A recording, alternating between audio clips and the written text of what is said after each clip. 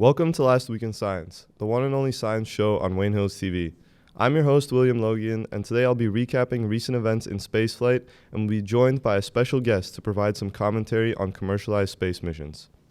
March was a very eventful month in spaceflight.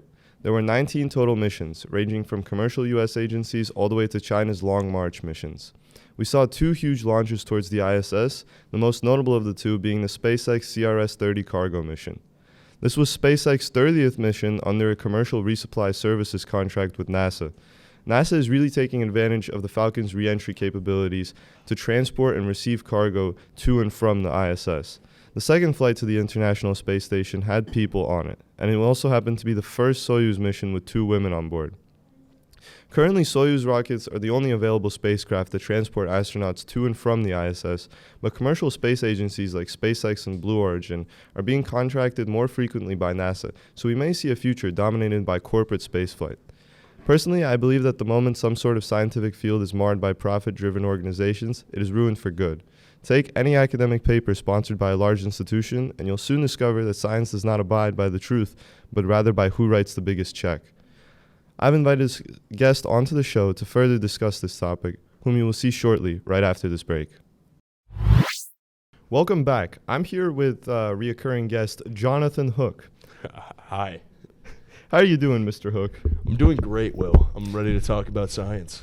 Oh yeah, so all that talk about SpaceX brings up the topic of commercialized spaceflight. So what we're seeing is NASA is getting a little lazy, and they aren't building their own rockets anymore, and they're contracting them to apparently every billionaire because they have their own space agency. So talking about Bezos, talking about Musk. Yeah, why do they need a space company? You're the CEO of Amazon. Well, I think with commercialization, not just in spaceflight, I think in really everything in the modern day, especially in a capitalist society, every billionaire wants to become the first trillionaire. And I think you're going to see that with a lot of these guys who want to push for, going into space, going to Mars, going to the moon for the 70th time for some reason.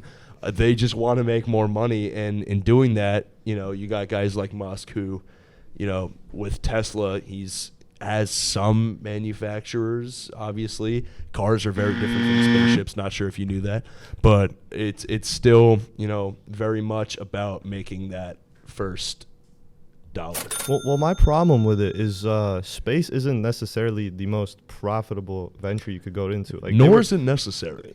Yeah. Nor is it very necessary. Musk calls his engines Dracos. Like he heard Soulja that from a rap like song. Soulja Boy. Yeah, exactly. Yeah. Like he's actually messing with everyone. He sent a car into space. Like at some point, it feels like it's a power trip, or they're just so bored and they have so much money that they know they can do it. Jeff Bezos made Blue Origin just so he could go to space. I think he made Blue Origin because he saw what Elon Musk was doing. And he was jealous. He could rival him in terms of net worth. And Bezos wants to stay at the top. You think when they're at their billionaire clubhouse, they have kind of like, they're showing off to each other, and Elon Musk is like, oh yeah, I just launched a bunch of satellites into space, and then Jeff Bezos got a little jealous, and he started steaming. I'm actually not allowed to talk about billionaire clubhouses anymore. I got a few hate comments on Twitter about that one, so I'm just going to steer away from this topic. Okay. Considering that, what I just mentioned, Starlink. So the one good thing about SpaceX, it's actually doing something somewhat useful, although it's a little controversial. So Starlink is really good for anyone living in Alaska or fishermen. It provides access to really high-speed internet and even data transfers all over the world. But we're basically taking a bunch of metal and putting it into the atmosphere, and we're just leaving it there. And that's bad. Yeah, it's pollution. That's pretty bad. We've ran out of space in landfills, so we're just gonna throw it into orbit. Apparently. And who's running Starlink? Starlink? I don't know. I think he has his own CEO, but I'm pretty sure he's still really involved in it because he taught himself aerospace engineering for some reason. I think he's bored, man. I think that's what every billionaire is up to, especially in terms of space. I think they're just getting bored and they're sending rockets out there or cars out there. I mean, it's cool what he's doing. He is trying to make it as sustainable as possible.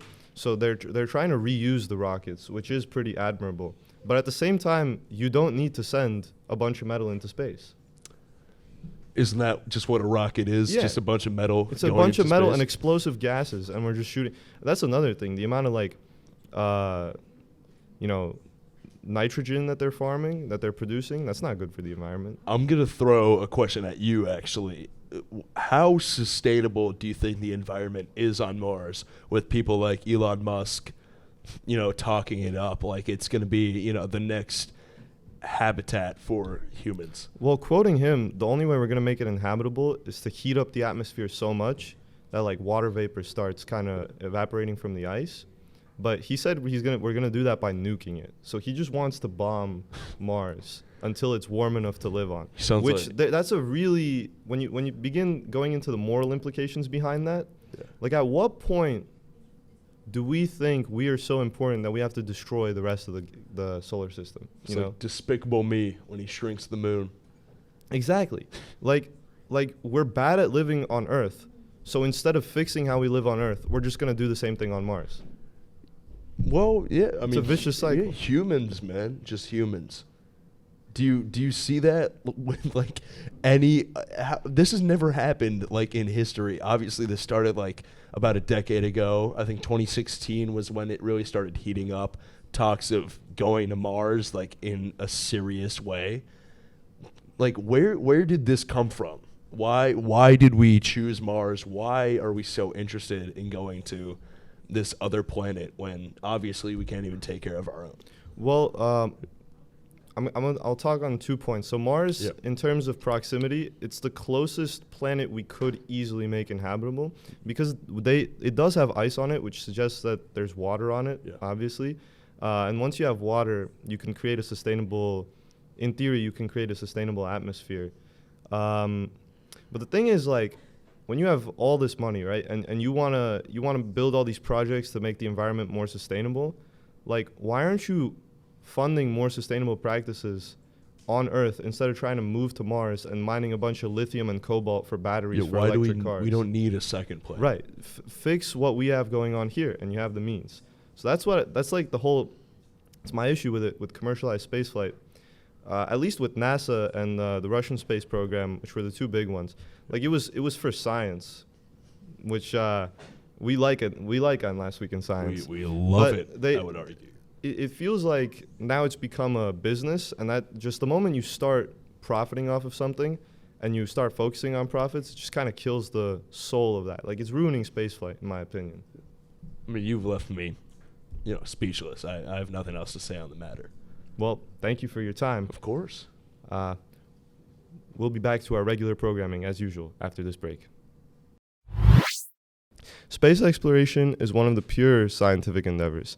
You'll find that space agencies are collections of some of the most passionate and talented people in the world, driven solely by the desire to explore our cosmos. Commercialized spaceflight could aid that goal, or it could become a monopoly that gives one company, or possibly even one person, say over what goes up and what comes down from space. We can only wait and see what the future has in store for us. Until then, you can watch Last Week in Science. I hope you enjoyed the show. I'll see you the next time science happens.